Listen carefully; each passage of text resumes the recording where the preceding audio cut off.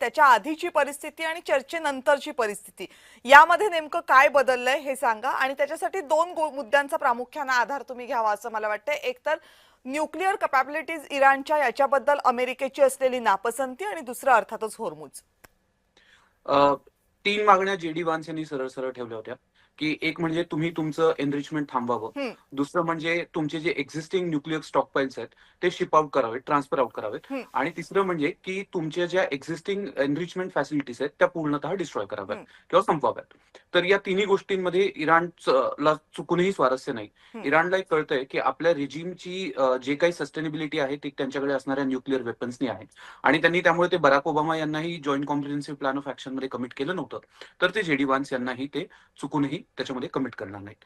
आणि आता आपल्याला असं दिसतंय की या टॉक्समध्ये 4H व्हिटो म्हणून एमर्ज होत आहेत. तर जेडी वान्स यांचं असं म्हणणं होतं की 4H म्हणजे एक हेजबुल्ला, दुसरे म्हणजे हौती, तिसरे म्हणजे हमास, हमास. यांना सपोर्ट करणं इराणने थांबवावं, हं, की म्हणजे तुमचे प्रॉक्सी ऍक्टर्स असतील. हं. आणि त्याचसोबत चौथं म्हणजे हॉर्मुझ.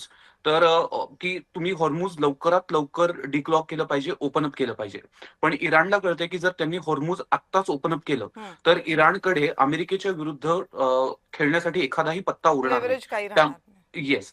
तर त्यामुळे मला असं वाटतंय की ह्या मुद्द्यांमध्ये म्हणजे न्यूक्लिअर ऍसेट्सच्या बाबतीत तर दोघांची मतभिन्नता आहे. हं. आणि कदाचित असं होईल की येत्या काही काळामध्ये की या टॉक्स मधनं न्यूक्लिअर टॉक्स वेगळे ठेवले जातील आणि एक ओके. स्ट्रक्चर्ड न्यूक्लिअर टॉकच होईल, हं, की ज्यामध्ये अमेरिकन आणि इराणियन रिप्रेझेंटेटिव्ह कदाचित बाकीचेही की प्लेयर्स घेऊन तर ते फक्त न्यूक्लिअर इश्यूजच्या बाबतीत बोलतील. हं, हं. आणि हे हे आत्ताच्या वॉरच्या बाबतीतच्या आणि सीज फायरच्या बाबतीत काही स्पेसिफिक टॉक्स होतील, अशी एक त्याच्यामधनं शक्यता आपल्याला नाकारता येत नाही.